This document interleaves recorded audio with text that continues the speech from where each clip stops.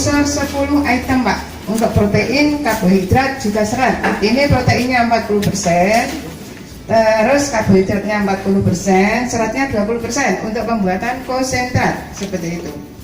Nah, kita kenalkan dulu Pak, untuk seratnya kita pakai kangkung. Karena kangkung mengandung pK tinggi Pak, itu 17%. Seperti itu. Bisa difoto Pak, barangnya seperti apa? Nah, seperti ini kangkung kering Pak. Terus kita masuk lagi yaitu serat, itu kulit kopi. Kulit kopi untuk per 1 kintal mungkin sudah dikasihkan tadi materinya sama Pak Basari. Untuk pemberian kulit kopi, untuk seratnya jangan terlalu banyak. 1 kintal cuma 5 kilo. Karena kalau kebanyakan kulit kopi itu juga kurang bagus di pencernaan.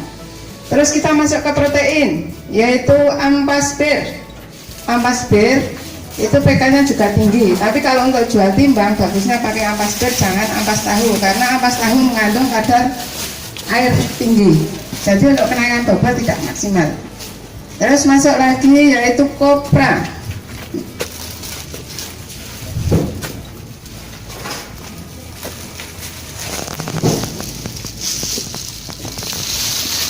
Ini masuk protein juga, kopra. Terus kita tambah lagi yaitu protein CGF. Itu, Mas.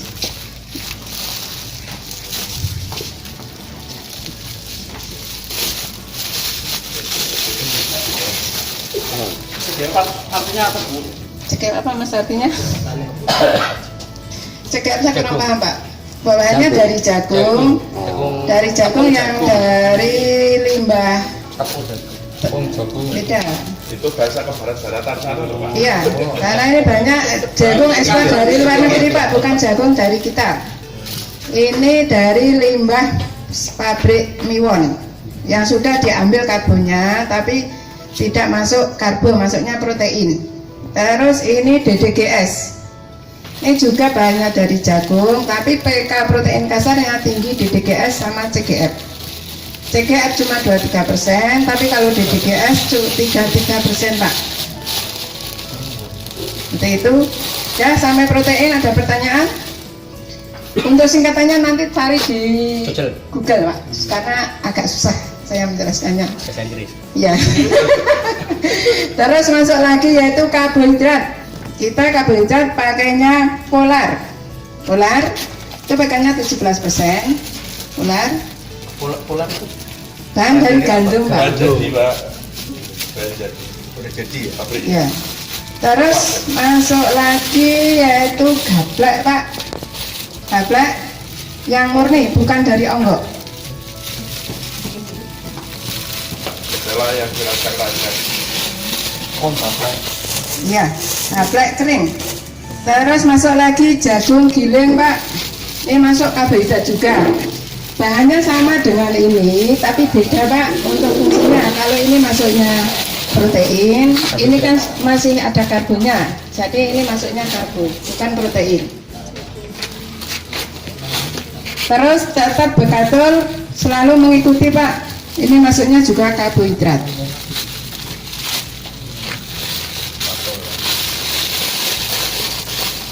Nah makanya untuk jual timbang kita kan kejarnya PK ya Pak. Protein kasar berapa, TDN berapa. Makanya untuk bahan pakan kita harus tahu untuk jumlahnya PK itu berapa. Makanya jumlahnya bahan pakan kita menulis 10 item Pak. Karena untuk jual timbang harus benar-benar detail, bukan seperti breeding seperti itu. Terus ada garamnya, itu per 1 kintal 1 kilo. Ini garam, yang garamnya beriodium Pak, seperti ini. Terus kita lagi pakai premix. Nah ini premixnya untuk penguat tulang, karena dombanya makan konsentrat gemuk, jadi ada penguat tulang, namanya mineral atau premix. Terus untuk menghidupkan SOC kita pakai gula pasir seperti ini. Terus untuk sebagai aroma di komposisi pakan kita pakainya mulase atau tetes tebu sebagai aroma seperti itu. Untuk per 1 kintal dikasih 1 gelas. Tadi sudah dijelaskan mungkin ya Pak ya. Nah sampai sini ada pertanyaan nggak Pak? Gelasnya berapa mili itu? Ini segini berapa ini? Ukuran 200 kopi. ya. Iya. 220 Barat. itu. Ya. Ada pertanyaan sampai sini Pak untuk serat, karbohidrat, terus protein. Ini sudah paham mana yang karbohidrat, mana yang serat, mana yang protein. Ada pertanyaan sampai sini Pak? Nggak ada ya? Kita lanjut. Sebelum kita gelar bahan-bahannya, kita hidupkan dulu Pak untuk SOC-nya. SOC simulasi aja 5 tutup Mas. Untuk per 1 kintal kan 10 tutup. Ya, 5 tutup karena bahan pakan sudah dibawa.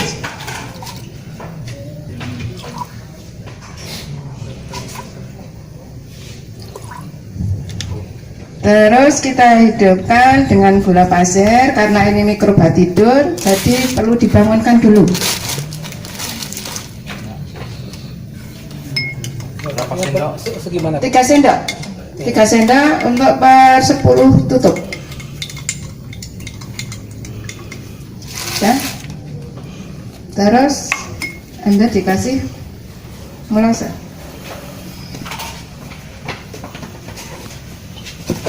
Kurang dulu. Gampang. Menajar. Malah segimana? Untuk per 1 kintal 1 gelas Pak. Gelas ya. Ya.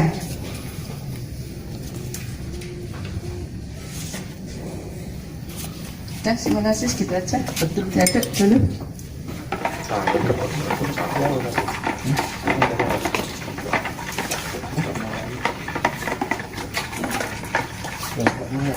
Ini konsentrat untuk jual timbang ya Pak. Nanti kalau yang breeding itu tidak seperti ini untuk komposisinya, itu lebih mudah. Nah kita praktekkan semua Pak. Nah untuk pertama kita gelar untuk seratnya paling bawah. Serat yaitu kangkung kering.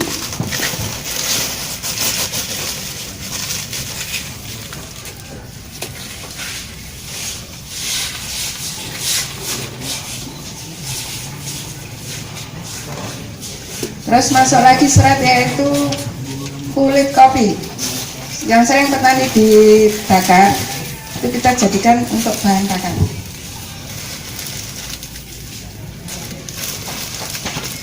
Seperti itu yang sudah lembut Pak.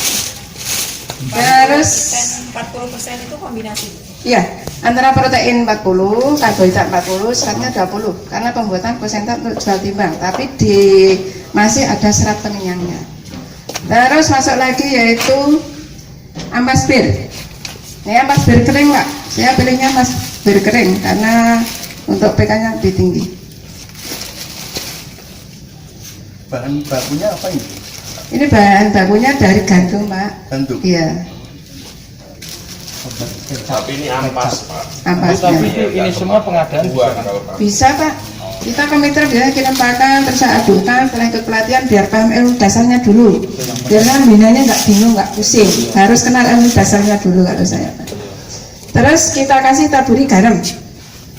Untuk per 1 kintal 1 kilo.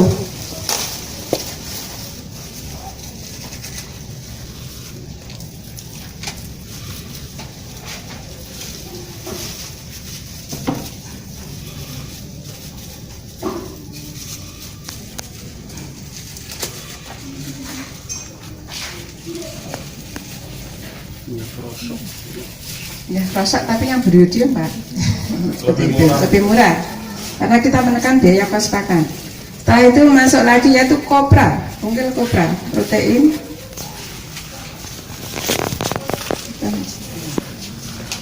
Ini mungkin kopra ikannya 27%.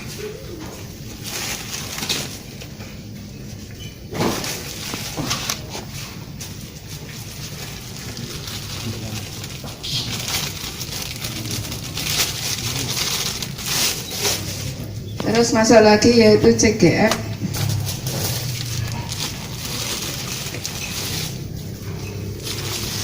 Ini masuk protein juga Pak.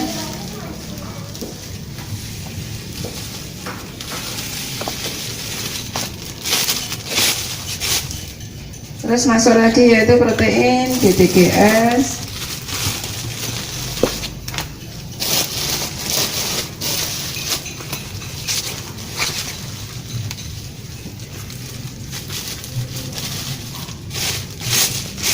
mulai masuk ke karbohidrat, yaitu pakai gablek kering.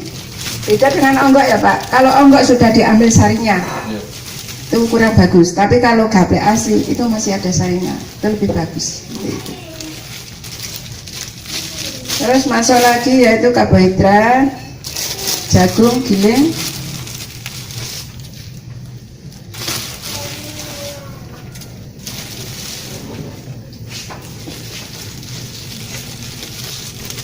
Terus kita kasih mineral.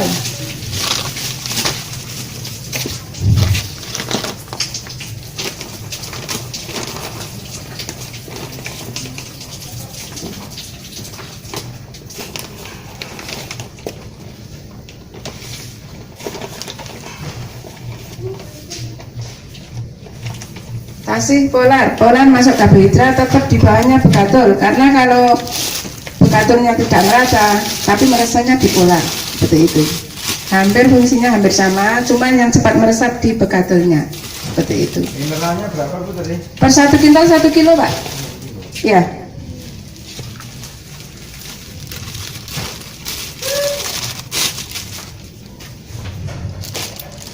Ya, masuk begatul 2 kali pencampuran karena ini pakai manual.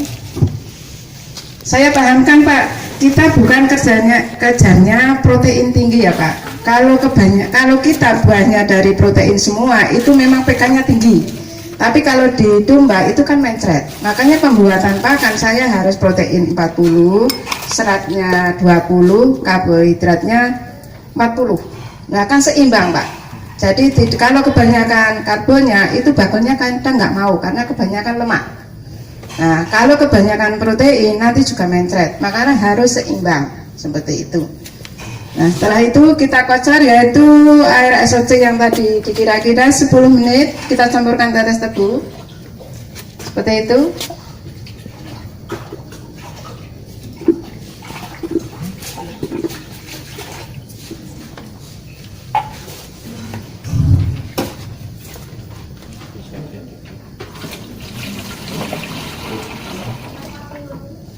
Ya, kita mulai pengocoran Pak, tapi paling bagus pakai spray, itu lebih nyampur Pak, homogennya lebih nyampur, lebih bagus. Untuk 1 kintal, kalau pencampuran pakai tangan manual, ukuran airnya 6 liter. Ya, tapi kalau dimasukkan ke mixer, itu cuma 4 liter, karena semakin bagus lembut kalau ke mixer, seperti itu. Nah, mulai diaduk.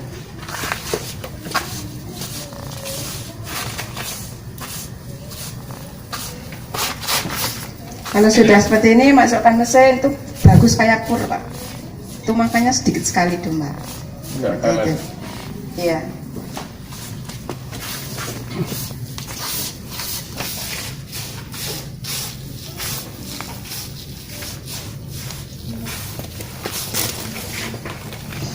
Nanti itu. Mati.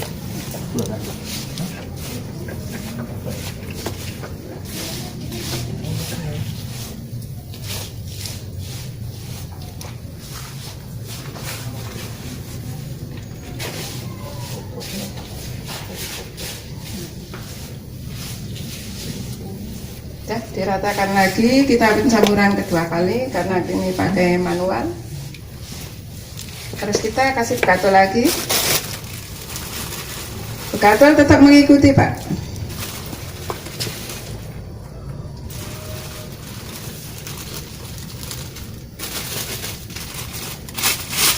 Ya, kocok lagi, yaitu pakai air SOC sama molase yang tadi. Ini Mas. Itu ya sekaligus betulnya ya. Iya, 2 kali pencampuran Pak. Tapi kalau pakai mixer atau mau dimasukkan ke mesin itu sekali aja. Ya.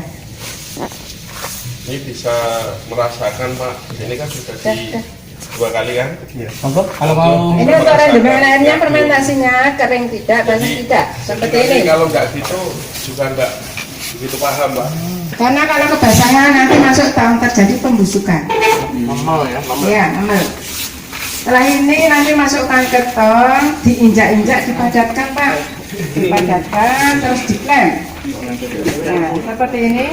Untuk rendemen airnya seperti ini, karena kalau dia ditutup tidak bisa megang Pak. Jadi banyak yang kesalahan di situ. Monggo yang mau bawa untuk oleh-oleh rumah. Untuk masukkan kentang sudah paham ya Pak ya? Ini difermentasi 24 jam ya Pak? Masuk dikasih tidak boleh ya? Ya, tapi dikasih juga jumlahnya mau Pak. Tapi bukan dikasih. Minimal 24 jam gitu. Ya, 24 jam ini sampai berbulan-bulan lebih bagus Pak. Karena